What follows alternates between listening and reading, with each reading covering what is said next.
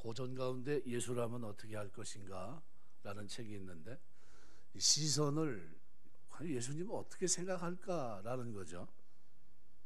오늘 본문에는 앞부분에 보면요, 1절부터 5절까지 보면 두 가지 사건이 기록이 되어 있습니다.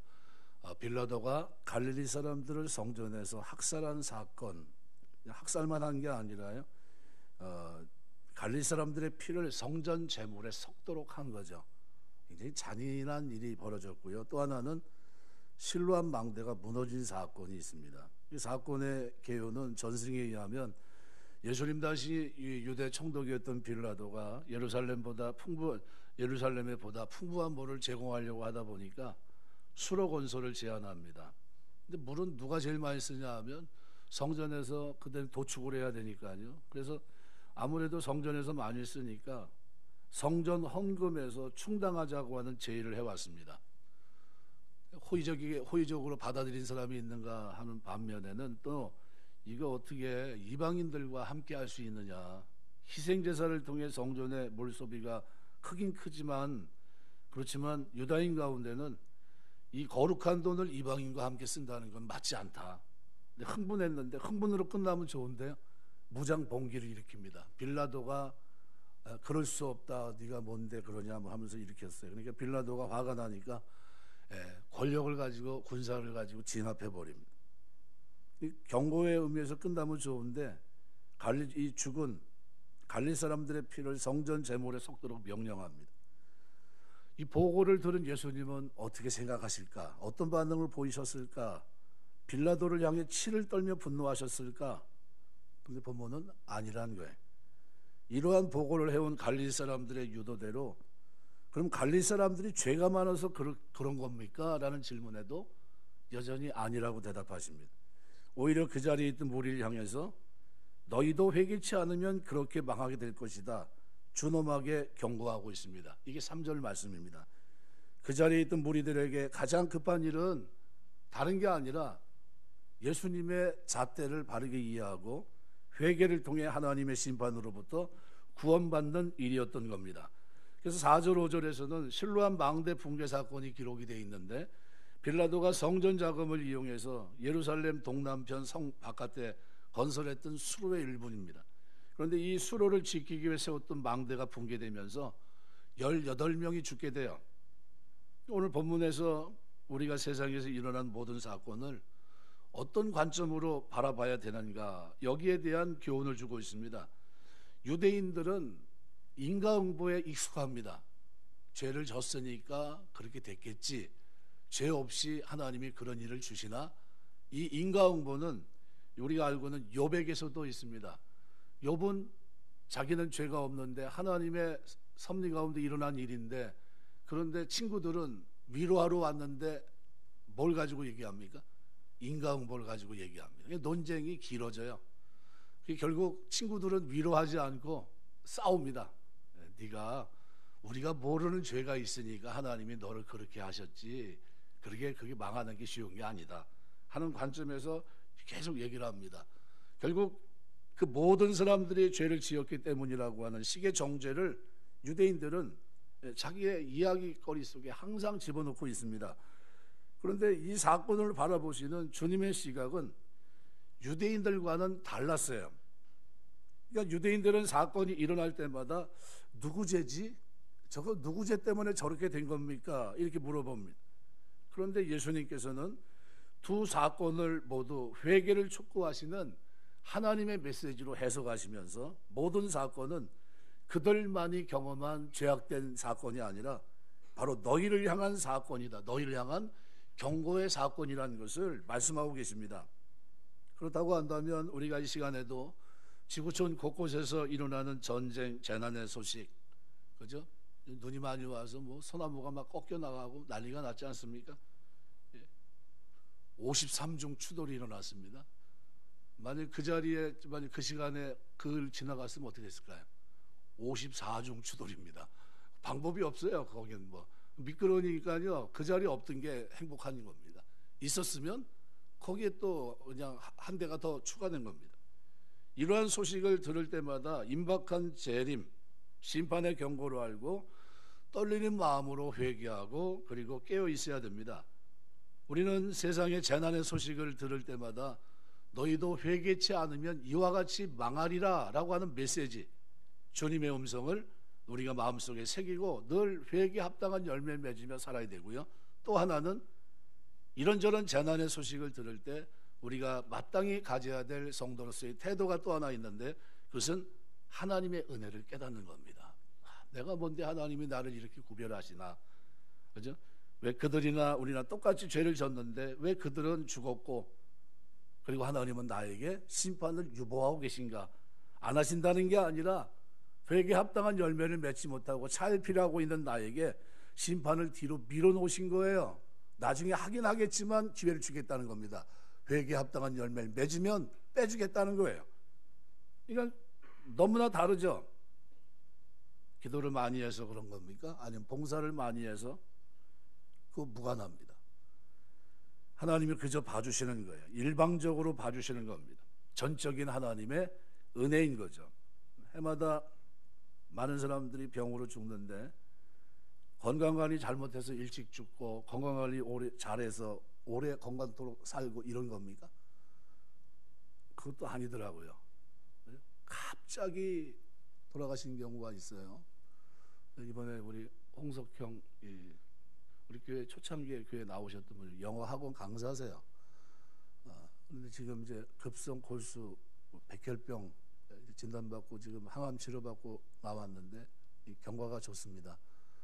기도해 주셔서 뭐 이렇게 잘 진행이 되고 있는데, 근데 그건 이제 결국은 골수를 이식할 수 있는 사람을 이제 또 찾아야 됩니다.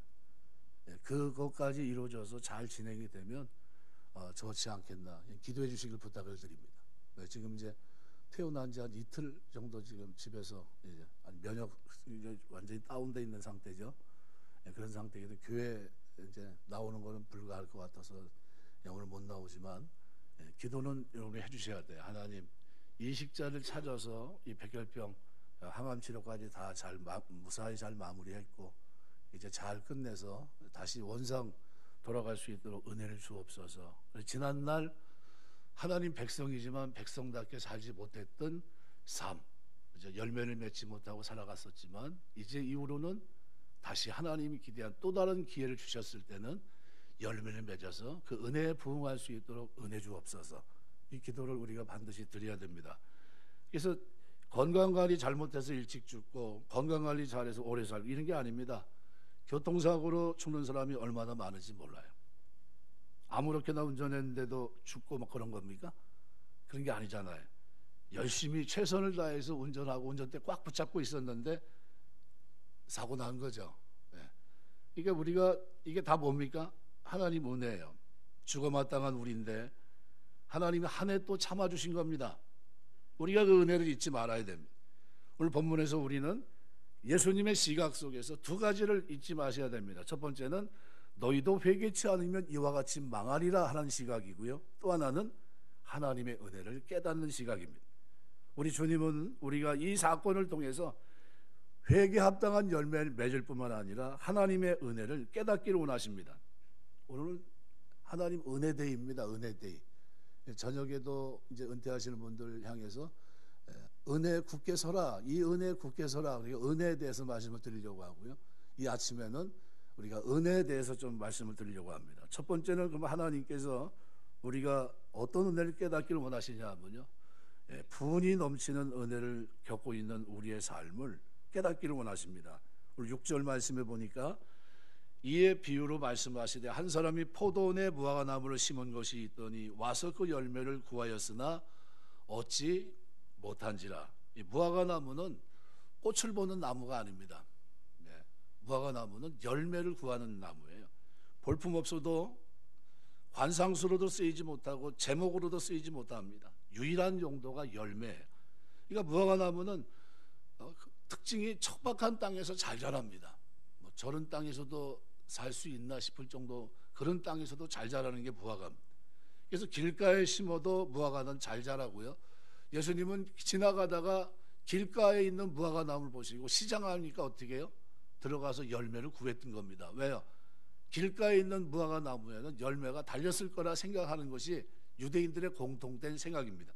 그런데 무화과 나무를 오늘 본문에 보시면 포도원에 심었습니다. 그럼 열매가 더 잘 되는 게 맞지 않습니까?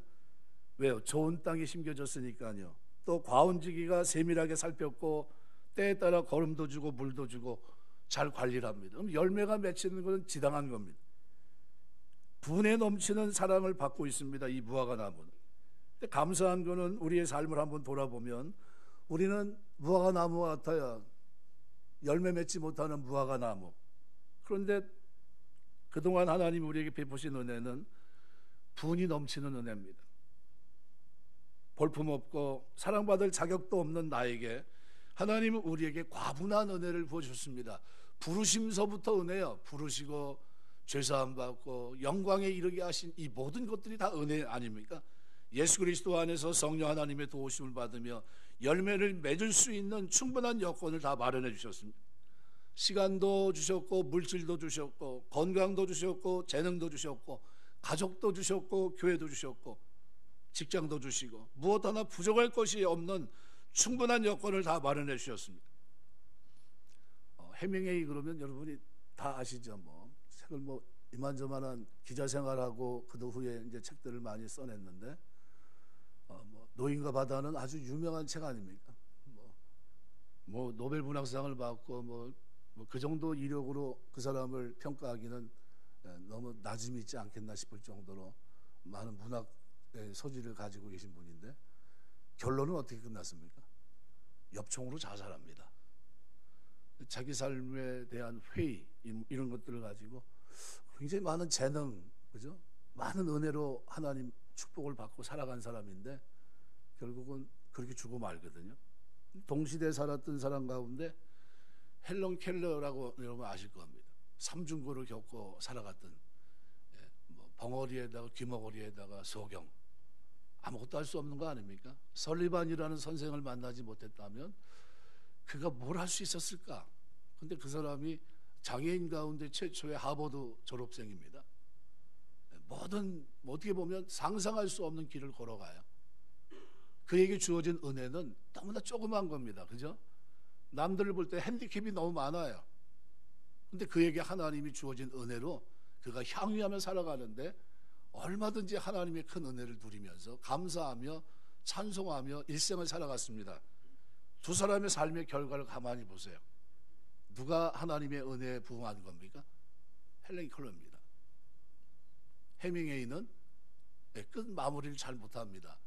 끝 마무리 못한 사람들이 참 많아요. 로마에도 보면 여러 사람들이 있겠지만 황제 가운데 네로 같은 사람은 양자로 입양돼 가지고 그 사람이 누렸던 삶을 한번 가만히 생각해 보십시오. 어마어마하지 않습니까? 15년간 왕 노릇하면서 그가 왕궁에 딱 들어가면 복도 길이만 1.6km입니다. 양궁의 벽은 상하 자개로 호화롭게 장식되어 있고요. 문을 열고 딱 들어가면 천장에서 샤워기가 달려 있어서 자동적으로 향수가 쫙 뿌려집니다. 그가 타고 다녔던 조랑말은 은으로 만든 신을 신겼고요. 행차할때 1,000명의 수행원이 뒤따르고 옷은 너무 많아서 한 번 입은 옷은 두 번 다시 입지 않고 늘 옷을 새롭게 지어줍니다. 이처럼 세상의 부귀영화 권세를 한 몸에 다 누렸던 사람이 있을까요? 은혜죠. 그죠? 입양된 것도 은혜지만 왕으로서 15년을 로마 제국을 다스리며 갈 수 있었던 것도 은혜 아닙니까? 그런데 그도 만족을 누리지 못했고요. 결국 자신의 허무함을 이기지 못해 스스로 목숨을 끊고 맙니다. 그게 네로 황제입니다. 그거에 비하면 그 시대 바로 전 시대를 살아갔던 사도 바울은 어떻습니까? 한때는 세상 야심으로 가득했던 뛰어난 학자이기도 했던 그가 하나님의 은혜를 체험하게 됩니다. 부활하신 주님을 만나게 되고 인생이 바뀌어져요.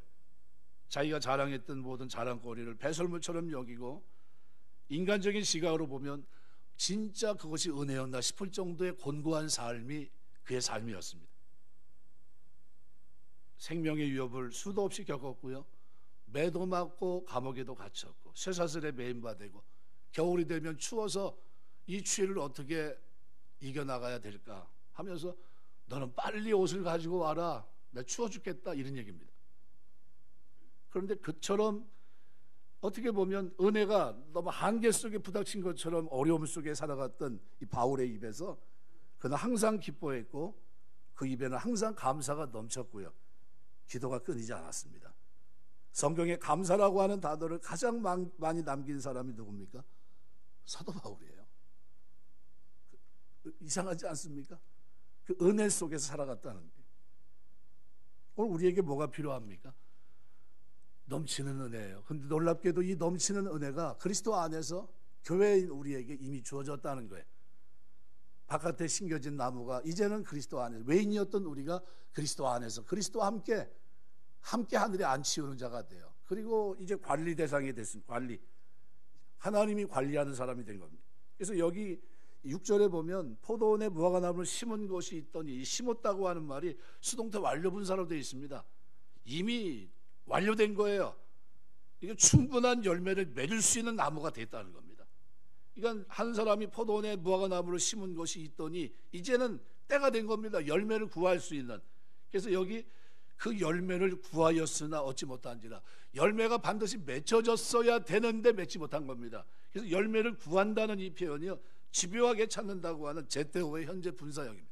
계속 찾았다는 겁니다. 왜 이게 어떻게 된 거지? 왜 뭐 열매가 없는 거지? 이 열매가 왜 안 나오는 거지? 이해가 안 되는 거예요. 길가에 있는 무화과 나무라면 이해할 수 있겠지만 관리하고 있는 포도원 그 안에서 지금 과원지기에 의해서 끊임없이 물과 비료를 공급받으면서 커가고 있는 입이 무성한 그 무화과를 보면서 왜 열매가 없지? 계속해서 열매를 열심으로 집요하게 찾고 있는 모습을 성경이 기록하고 있는 겁니다. 그럼 하나님 우리에게 은혜를 주시면 은혜가 아무것도 아닌, 아무것도 안 하고 있는, 가만히 있는 은혜가 아니라 열매를 구하시는 겁니다. 열매는 뭘로 얘기할까요? 회개를 얘기합니다. 포도원 주인 하나님은 과원지기 예수님을 통해서 오늘 물을 주고 걸음을 주면서 회개하기를 원하시는 겁니다. 하나님 백성이 되기를 원하시는 거죠. 어떤 사람으로 살아가고 있습니까? 좀 사는 게 좀 험해도 사도 바울처럼, 헬렌 켈처럼 육신의 핸디캡은 있어도 그 은혜를 누릴 수 있는 여러분 되시길 주의 이름으로 축원합니다. 세상의 모든 걸 다 갖고 있어도요, 허무한 생각을 가지고 자기 생명을 끊고 은혜에 부응하지 못한다면 그것만큼 안타깝고 비참한 인생이 어디 있겠습니까? 디모전서 1장 12절에서 14절 말씀에 보면, 나를 등하게 하신 그리스도 예수 우리 주께 내가 감사함은 나를 충성되이 여겨 내게 직분을 맡기심이니, 내가 전에는 비방자요 박해자요 폭행자였으나 도리어 긍휼을 입은 것은 내가 믿지 아니할 때 알지 못하고 행하였습니다. 우리 주의 은혜가 뭐가요? 인생을 누가요? 사도 바울은 그렇게 표현. 우리 주의 은혜가 그리스도 예수 안에 있는 믿음과 사랑과 함께 넘치도록 풍성하였더라. 은혜와 믿음과 사랑이 넘치도록 풍성했다는 겁니다. 주의 은혜가. 오늘 우리에게 뭐가 필요합니까? 주의 은혜가 넘치도록 풍성하셔야 돼요. 이런 은혜가 여러분에게 있게 되시길 주의 이름으로 축원합니다. 감사로 시작해서 감사로 마쳤어요. 분에 넘치는 은혜를 주신 하나님 앞에 늘 감사하며 살았습니다. 두 번째는 하나님의 은혜는 어떤 은혜냐면요, 길이 참아주시는 은혜입니다. 오늘 본문에 보면 7절에 과언지기 이르되 내가 3년을 와서 이 무화과 나무의 실과를 구하되 얻지 못하니 찍어버리라. 여기 3년을 와서, 원문은 보라, 내가 온 3년을 보라, 이도 감탄사입니다. 원문은 주인이 1년 2년이 아닌 3년이나 기다렸다는 뉘앙스를 줍니다. 이게 뭐 포도원에 심어놓고서 1년 2년 3년 된 걸 얘기한 게 아니라요, 3년이 이미 지나서 열매 모든 걸 하고 열매를 맺어야 될 때서부터 1년 2년 3년을 기다린 걸 얘기해요. 완전히 다른 거죠. 분이 넘치도록 과분함을 주셨습니다. 척박한 땅이 아니라 포도원에 내가 심겨졌어요. 나를 위해 길이 참아줬어요. 뭐가 나올 때까지요? 회개 합당한 열매가 나올 때까지 참아주신 겁니다. 어느 주인이 심어놓고 열매를 거둘 첫 해가 되었는데 열매가 없다고 그 무화과 나무를 찍어버리겠습니까? 그런데 3년간 공들였고 이제는 열매를 맺어야 될 1년차, 2년차, 3년차가 됐는데도 열매가 없어요. 첫 해 이 나무는 내년부터는 열매를 내겠구나 생각했을 겁니다. 심은 지 5년이 됐을 때는 열매를 맺어야 될 때부터 3년이 됐을 거예요. 그런데도 아무런 열매를 맺지 못했습니다. 근데 무화과 나무는 주인으로부터 이러한 말을 듣더라도 할 말이 없어요. 찍어버리라. 어찌하여 귀한 땅만 허비하느냐. 애굽토라는 말은요, 이제는 영원한 멸망을 가리키는 단어입니다. 가만두지 않겠다는 거예요. 그래서 이 동사가 고린도서 11장 말씀에서는 12절 말씀을 통해서 나는 내가 해온 그대로 앞으로도 하리니 기회를 찾는 자들이 그 자랑하는 일로 우리와 같이 인정받으려는 그 기회를 끊으려 함이라. 기회 상실을 가리킬 때 씁니다. 그러니까 회개할 기회가 완전히 상실된 상태를 그 나무를 잘라내는 것으로 표현하고 있습니다. 잘라내는 것으로. 포도원 요한복음 15장에 보면 포도원 나무, 포도원에 심겨진 나무, 여기서 우리 주님 뭘 하십니까?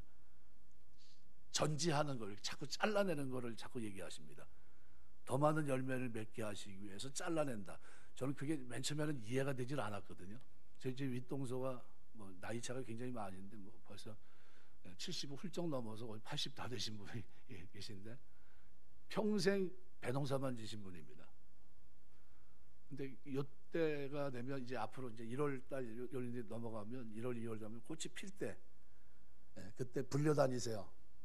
요즘으로 보면 알바를 하는데요, 아주 고액 알바입니다. 아무나 할 수 있는 것도 아니고요. 근데 이 고액 알바가 가서 뭐 하시냐 하면요, 자루로 가는 겁니다. 전지 가위를 가지고, 가위가 많아요. 우리 뭐 가위 이게 잘 드는 거라고 그럽니다. 그거 몇 개 가지고 가서 요거 좀 안 되면 요거 쓰고 하면서 이제 자르는데 초청받아서 갑니다. 그래서 가가지고 뭐 하냐면 배나무 잘라주고 오는 거예요. 가지 다 자릅니다. 이 가지를 보면서 이렇게 잘라야 이 열매가 어떤 열매를 구하는지를 압니다. 이렇게 자르면 열매가 이 정도 달릴 거고, 이렇게 자르면 열매가 큰 게 이렇게 달릴 거고, 이걸 다 알아요. 그래서 자르면서 벌써 이 가지를 쳐야 돼, 저 가지를 쳐야 될지를 벌써 압니다. 그러니까 모시고 갑니다. 모시고. 그 일정이 쫙 짜여 있어요. 쉬는 날도 하나도, 아프면 안 돼요, 그날은. 예, 그렇게 바쁘십니다. 이 찍어버린다는 건요, 포기입니다. 포기. 그러니까 오래 참았죠. 막연히 참은 겁니까? 아니요. 물과 거름을 주면서 가꾸면서 참았던 겁니다. 과분할 정도로 좋은 여건을 마련해 주면서 참은 거예요. 경제학자들이 경제 현상을 분석하면서 opportunity cost라는 단어를 씁니다. 기회 비용이란 이 개념인데요, 달란트 비율을 이해하는 데 많이 도움이 되는 원리입니다. 이 기회 비용이라는 것은 흔히 말하는 비용의 기회라고 하는 개념을 추구한 것으로 어떤 의미에서는 진정한 비용에 해당되는 개념이기도 합니다. 만약에 어떤 사람이 1,000만 원을 투자해서 100만 원의 이익을 얻을 경우 이익은 100만 원 얻는 겁니다. 하지만 엄밀히 따지면 이 자본을 이 사업에 투자하면서 다른 사업에 투자할 기회를 잃은 겁니다. 만일 다른 곳에 투자했을 경우 130만 원의 이익을 얻을 수 있다면 사실은 100만 원의 이익을 본 것이 아니라 30만 원의 손해를 본 거죠. 그러니까 달란트 비유에 등장하는 무익한 종은 원금을 보존했다 주님 앞에 드립니다. 은행에 맡겼을 경우 얻을 수 있었던 이자만큼의 손해를 주인에게 끼친 게 되죠. 이 본문의 무화과 나무 역시 3년간 기다리며 열매 맺기 위해 투자했던 모든 것의 손해를 주인에게 입히고 있는 겁니다. 그 많은 은혜를 받았는데, 그죠? 은혜에 부응하지 못한 거예요. 마찬가지로 우리가 하나님의 은혜를 입었음에도 불구하고 거기에 합당한 열매를 맺지 못한다면 그것은 하나님의 기대를 저버리는 행위일 뿐만 아니라 하나님께 막대한 손해를 끼치는 것이 됩니다. 여러분이 현재 받고 있는 재능 또는 은사, 축복, 그죠? 여기에 합당한 열매를 맺기 위해서 최선을 다하시길 주의 이름으로 축원합니다. 내게 준 은혜가 헛되지 아니하여, 헛된 사람이 있다는 겁니까? 없다는 겁니까? 있죠. 헛된 사람이 있어요. 헬렌 켈러 같은 사람은 헛되지 않았죠. 사도 바울 같은 사람도 내게 주신 은혜가 헛되지 아니하여 내가 더 많은 사도보다 더 많이 수고한 것은 내가 아니요 나와 함께한 하나님의 은혜라 그랬어요. 그 은혜가 어떤 사람에겐 헛되고 어떤 사람에겐 은혜가 헛되지 않고, 해밍웨이에게는 은혜가 헛됐습니다. 자기 이름을 날리고 어느 정도 그저 살아갔지만 결국은 의미가 없이 자살하고 말았죠. 네로 같은 사람도 은혜가 헛된 사람들입니다. 그러나 헬렌 켈러 같은 사람들은 어때요? 은혜라고 볼 수도 없는 열악한 환경 속에서 그가 하나님을 알고 그 은혜 속에서 살아가는데 결국 위대한 인생을 살아갑니다. 마찬가지로 오늘 우리도 하나님이 나에게 부어주신 은혜가 있어요. 교회로 우리를 부르셔서 끊임없이 우리에게 부어주셨습니다. 만일 열매를 맺지 못한다면 달란트 위에 무익한 종이나 본문에 열매 없는 무화과 나무처럼 주인 되시는 하나님께 막대한 손해를 끼치는 것이 됩니다. 준엄한 심판을 피할 수 없겠죠. 그래서 요한복음 15장 2절은 이렇게 표현합니다. 무릇 내게 붙어있어 열매를 맺지 아니하는 가지는 아버지께서 그것을 제하여 버리시고 무릇 열매를 맺는 가지는 더 열매를 맺게 하려 하여 그것을 깨끗하게 하시느니라. 마태복음 3장 10절에도 말합니다. 이미 도끼가 나무 뿌리에 놓였으니 좋은 열매를 맺지 않은 나무마다 찍혀 불에 던져지리라. 하나님의 은혜는 길이 참아주시는 은혜입니다. 그죠? 3년이나 기다리셨다는 3년. 세 번째로 우리에게는 어떤 은혜가 있냐면요, 예수님의 중보의 은혜가 또 우리에게 있습니다. 그냥 은혜를 주셔도요, 이렇게 은혜 위에 은혜를 더해 주시는 겁니다. 길이 참아주신 것도 참 감사한데 과원직이신 예수님이 우리를 위해서 또 어떻게 해요? 하나님 앞에 또 기회를 달라고 얘기합니다. 이제 찍어버리라 얘기하는데 과원직이가 주인에게 간청합니다. 하나님이죠. 8절 9절에 이렇게 말해요. 대답하여 이르되 주인이여 금년에도 그대로 두소서. 내가 두릅하고 거름을 줄이니 이후에 만일 열매가 열면 좋거니와 그렇지 않으면 찍어버리소서 하였다 하니라. 누구도 포기합니까? 이제는 과원직이도 이제 포기해요. 1년만 더, 1년만 더. 과원직의 간청, 이 모습을 우리가 잊지 마셔야 됩니다. 주인의 생각으로는 소망 없는 나무로 판단되었습니다. 그럼에도 불구하고 과원직이는 소망 가운데 그 나무를 바라보면서 다시 한번 가능성을 찾아보려고 애를 씁니다. 과원직이는 무화과 나무에 대해서 한마디 불평도 하지 않습니다. 1년만 더 참아주십시오. 내가 투릅하고 내가 거름을 주면서 내가 한 번 더 노력하겠습니다. 과원직이가 모든 책임을 대신 지고 있습니다. 주인은 나무를 나무랬습니다. 그러나 과원직이는 나무에 대해서는 아무 말도 하지 않고 그저 자기 탓으로 돌립니다. 이걸 우리는 예수님의 십자가 정신이라고 표현합니다. 우리 주변에 보면 수많은 사람들이 재난으로 피해를 당합니다. 그런데 우리는 어떻게 이렇게 복된 삶, 행복한 삶을 누리고 있습니까? 네. 운이 좋아서요? 기도 많이 해서 그런 겁니까? 그게 아니라 예수님의 중보적인 기도와 간구가 없었다면 우린 이미 오래전에 매를 맞았을 겁니다.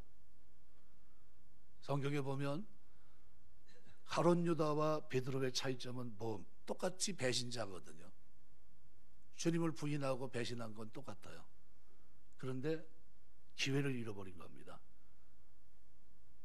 베드로는 닭 우는 소리에 회개할 거라고 했는데 그가 통곡하면서 회개하고 새로운 삶을 살아갔지만요, 그러나 예수님은 마지막 성만찬을 하시는 그 순간에 나와 함께 손을 넣는 그가 바로 나를 팔자라고 하는 것을 분명히 말씀하시면서 지적을 하고 그를 어떻게 해요? 알게 하셨지만 그럼에도 그는 어떻게 해요? 뛰어나갑니다. 회개합니까? 회개하지 않아요. 그럼 그에게 은혜가 없었나요? 아니요. 예수님과 동행하면서 3년간 동고동락하면서요, 가지가지 기적을 다 경험했지만, 그렇지만 마지막 순간에 어떻게 해요? 은혜가 헛됐던 겁니다. 우리에게 이 은혜가 필요합니다. 주님의 중보적인 은혜가, 이 기도와 간구가 없었다고 한다면 이미 오래전에 우리는 실패했을 겁니다. 형편없는 신앙생활로 내놓을 것은 열매가 전혀 없는 삶을 살아왔음에도 불구하고 매맞지 않고 살아온 것은 전적인 예수님의 중보적인 사역 때문이에요. 주님 조금만 기다려 보시죠. 제가 노력하겠습니다. 변화되지 않겠습니까? 한 번만 더 시간을 주십시오. 이런 얘기입니다. 주인이신 하나님은 우리를 포도원에 심어주셨어요. 너무나도 과분한 은혜를 베풀어 주신 겁니다. 그럼에도 우리는 열매를 맺지 못했어요. 받은 것은 많은데 내놓을 것이 없어요. 하나님은 오래 참고 계십니다. 길이 참고 계십니다. 예뻐서입니까? 그게 아니겠죠. 과원지에 계신 예수님의 간절한 요구를 받아들이신 겁니다. 유대인 랍비 가운데 아기뽀라는 사람이 있는데요. 로마 박해가 너무 심하니까 살던 동네에서 도망쳐 나오게 되는데 급하게 뛰어나오니까 자기가 제일 좋아하고 사랑하는 성경책 한 권, 성경 읽을 때 필요한 등불 하나, 그리고 새벽에 일어나야 되는데 그때마다 시계 역할하는 수탉 한 마리, 그리고 타고 갈 당나귀 한 필, 이게 가지고 있는 재산의 전부입니다. 이제 뛰쳐나왔어요. 해질 무렵 어느 마을에 당도하게 됐으니까 자기가 납비니까요. 그리고 자기 처지를 얘기하면 아마 묵고 가는 것을 허락해 줄 거다 생각하고 갔는데 거절당합니다. 어처구니 없죠. 이제 뭐 기댈 데도 없고 이제 그냥 노상에서 그냥 잠을 자게 생긴 겁니다. 하는 수 없이 마을에서 떨어진 숲속에 들어가서 큰 나무 아래 자리를 정하고 등불을 켜고 성경을 읽고 있었습니다. 갑자기 바람이 불어 등불이 꺼져요. 아이고, 내가 좋아하는 성경도 못 읽는구나. 오늘은 일찍 자라는가 보다 싶어서 이제 잠자리 들었습니다.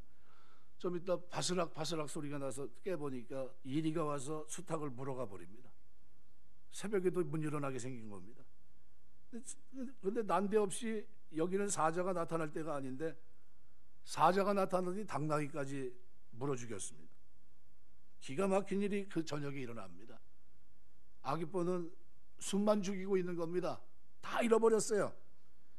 그런데도 속으로는 좋으신 하나님께서 분명 뜻이 계시겠지, 좋은 길로 인도하시겠지 하면서 있었습니다. 다음날 아침 뭐라도 먹어야 될까 싶어가지고 그래도 가서 좀 먹는 걸 좀 구해야 되겠다 싶어서 마을로 이제 찾아갑니다. 가봤더니 지난밤에 산적들이 와서 모든 주민을 학살하고 재물을 모조리 약탈해 갔습니다. 만약 아기빠가 하룻밤 묵고 가는 것이 허락됐다면 그는 그곳에서 죽었을 겁니다. 등불도 꺼지지 않고 닭이 울었다고 한다면, 당나귀가 소리를 내면서 존재감을 드러냈다고 한다면 아마 발각돼서 함께 죽었을 겁니다. 랍비 아비빠가 다시 한번 하나님의 선하신 섭리를 생각하면서 하나님 앞에 감사를 드렸다고 그래요. 지나온 세월을 가만히 돌이켜 보십시오. 이런 것도 많았을 겁니다. 근데 깊이 생각해 보면 그때마다 하나님이 은혜 받을 자격도 없는 나에게 은혜 주셨던 겁니다. 깨닫지 못하고 있던 나에게 하나님이 인도하고 계셨던 거예요. 하나님의 선하신 뜻이 있었다는 것을 깨닫게 됩니다. 내게 더 소중한 것, 더 귀한 것을 주시기 위해서였죠. 내게 분에 넘치는 은혜를 베풀어 주셨고요. 지금도 길이 참아주시는 하나님, 나를 위해 끊임없이 중보기도 해주신 예수님, 나를 향한 그 은혜가 측량할 수 없을 정도로 너무나도 엄청납니다. 우리가 이 은혜를 깨달으셔야 돼요. 우리 주님은 바로 이 시각을 가지고 얘기했던 겁니다. 하나님, 우리가 회개에 합당한 열매를 맺으며 하나님의 기대에 부응하는 삶을 살기를 기대하십니다. 어떤 사건이 일어나면 그걸 가지고 인과응보로 정죄하지 말고 그것을 반면교사로 삼고 나에게 교훈이 돼야 되고, 예수 믿는 사람들은 하나님의 은혜에 적용해서 생각해야 된다는 겁니다. 부모님들이 자녀들이 성장해서 제 역할을 할 수 있는 사회인이 되기를 기대하듯이 내가 얼마나 큰 축복을 받았느냐가 아니라 과연 나는 그 축복에 상응하는 열매를 맺고 있는가. 하나님께서는 은혜를 베푸시고 오랫동안 참으셨습니다. 하나님의 인내는 세상 사람들은 하나님이 안 계신 걸로 착각해서 자기 멋대로 살아가지만 오늘 우리는 두려운 마음으로 깨어 근심하면서 회개에 합당한 열매를 맺어야 됩니다. 하나님의 인내는 끝이 있습니다. 찍어버리라 어찌하여 귀한 땅만 허비하느냐. 우리 주님은 오늘도 우리를 변호하시며 하나님께 이렇게 말합니다. 주인이여 금년에도 그대로 두소서. 내가 두릅하고 거름을 줄이니 이후에 만일 실과가 열면 이거니와 그렇지 않으면 찍어버리소서 하였다 하시니라. 이 두 사건과 한 비유를 통해 회개치 않은 자들에 대한 멸망의 경고를 하고 계신 겁니다. 세상에서 가장 급하고 중요한 일은 뭘까요? 바로 구원의 은혜입니다. 이 구원의 문제예요. 세상의 사건은 전부 우리에게 주시는 하나님의 메시지입니다. 하나님은 오늘 우리에게 베푸신 은혜에 상응하는 열매를 차리십니다. 이사야 5장 말씀해 보시면 4절 5절 말씀에 내가 내 포도원을 위하여 행한 것 외에 무엇을 더할 것이 있으랴. 내가 좋은 포도 맺기를 기다렸거늘 덜 포도를 맺으면 어찌 됨인고. 이제 내가 내 포도원에 어떻게 행할지를 너희에게 이르리니 내가 이 울타리를 걷어 어떻게 한다고요? 먹힘을 당하게 하며 그 담을 헐어 어떻게 한다고요? 짓밟히게 할 것이다. 누가복음 12장 47절 48절 같이 읽겠습니다. 주인의 뜻을 알고도 준비하지 아니하고 그 뜻대로 행하지 아니한 종은 많이 맞을 것이요 알지 못하고 적게 맞으리라. 너는 많이 받은 자에게 많이 요구할 것이요 많이 맡은 자에게 많이 달라 할 것이니라. 은혜는요 받은 만큼 일을 해야 되는 겁니다. 받은 만큼. 하나님은 오래 참고 기다리십니다.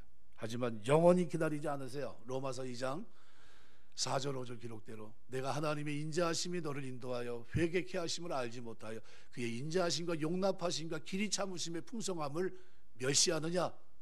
다만 내 고집과 회개치 아니한 마음을 따라 진노의 날 곧 하나님의 의로운 심판이 나타나는 그날에 임할 진노를 내게 쌓는도다 그랬어요.